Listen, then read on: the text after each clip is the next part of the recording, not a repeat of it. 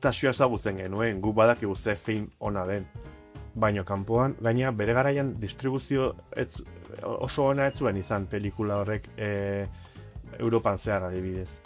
Eta iaz izan zuen ibilbidearekin, lehen esan bezala Cannes, Lyon, Bologna, jendeskok deskubritu egin du Tasio, eta asko esaten ziguten, ez, Cannes eta esaten zuten, ez dakit, dersu zala antzeko bat da, edo gainera esan dezagun oso film, oso tematika nazioartekoa duela, nahiz eta Nafarroan kokatuta izan daiteke, ez dakit, Transilvaniako herri batetako ikazkin bat, ez?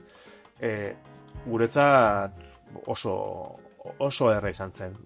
Ez genuen espero horrelako arrakasta izatea, guk bagenekien Tasio zabalritu nahi genuela, gure altxor bat delako, baina horrelako ibilbide izugarri izatea jaialdietan zehar, guretzat pentsa ezina zen eta oso polita izan da. Jende askok deskubritu dulako.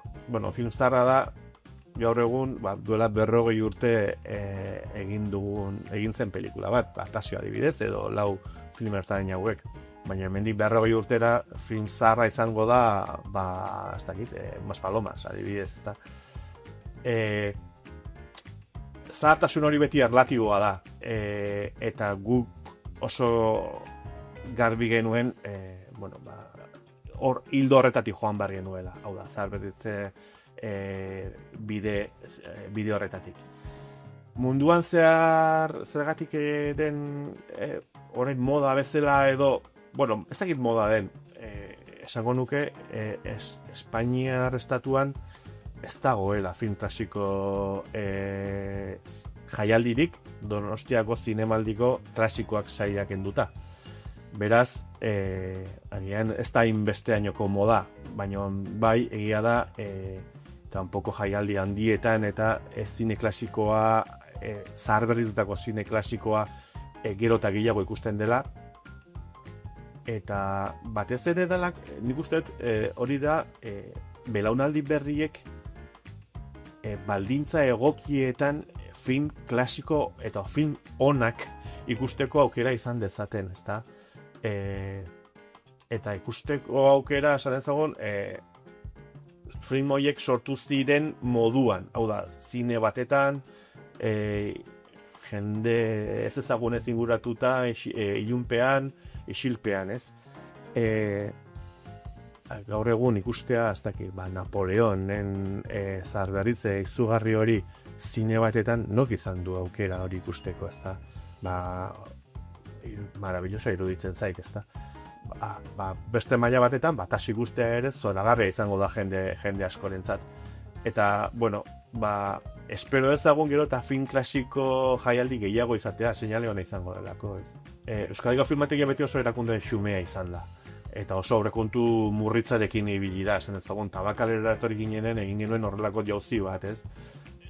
Jauzi kualitatibo bat, egoitza aldetik, programazio egonkor bat izatea, artxibo baldintza honetan dagoen artxibo bat izatea, eta naiz eta baldintzak eskarrak izan horretik, Euskal Herriko filmategia beti saiatu da ahalik eta modu hoberenean gordetzen zituen pelikula guzti horiek ahalik eta hobekien kontserbatzen, ezta? Eta horretik egin den lan horri ere eskertza edo errekonozimendua da, ez? Orain egiten ari garen lana gu jubilatzen garenean edo gu hiltzen garenean, espero dut datozen hamarkadetako filmategionetako langileek ere, film horiek mantentzea eta eustea, ezta? Orduan, etorkizun gure lanak ez du epe mugarik, hau da, lehen esan izudan bezala, gaur egungo pelikula berriak, duela hemendik 50 urteko pelikula zaharrak izango dira. Orduan, gure lana eskertzea hori da, ez? Gure lanari aitortza ematea da, film horiek berriro argia ikustea, film horiek existitzen direla jendeak ezagutzea, eta ezagutzen zituztenek ere berriro ikusi ahal izatea modu egokian, ez da. Etorkizuna ondo, ez da erresa, baina bai ikusten dugu, bueno, urtero, Elias Kerejeta Zine Eskolako ikasleak urtero egiten dituzte praktikak hemen filmategian, 2 hilabete egoten dira bertan artxibo saileko ikasleak bertara etortzen dira eta praktikak egiten dituzte, eta gure konservazio sailan egiten diren lan guztiak egiten dituzte beraiek. Eta orduan, pozik ateratzen dira hemendik.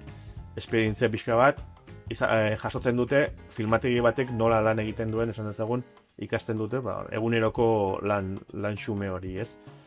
Eta etorkizuna, tira, ondo, euskaldun gutxi dago, edo euskal herritar gutxi dago Elias Kerejeta Zine Eskolan, baina daudenak, segulako ilusioarekin daudenak, bueno, eta kanpo jendea ere, noski ez, Hego Amerikako ikasle asko dago, eta hemen ikasten duena, eta gero haien herrietara joaten direnak, bueno, hemen ikasitako gozak aplikatzera, ezta. Guk adibidez badukagu teknikari bat, Zine Eskolako lehenengo promoziokoa dena, eta bertan ari da lanean, eta oso pozik gaude berarekin. Eta bueno, espero ezagun hemendik aurrera, gu hemendik joaten garen einean, ikasle gehiago sartzea bertara, ezta? Oso polita litzateke.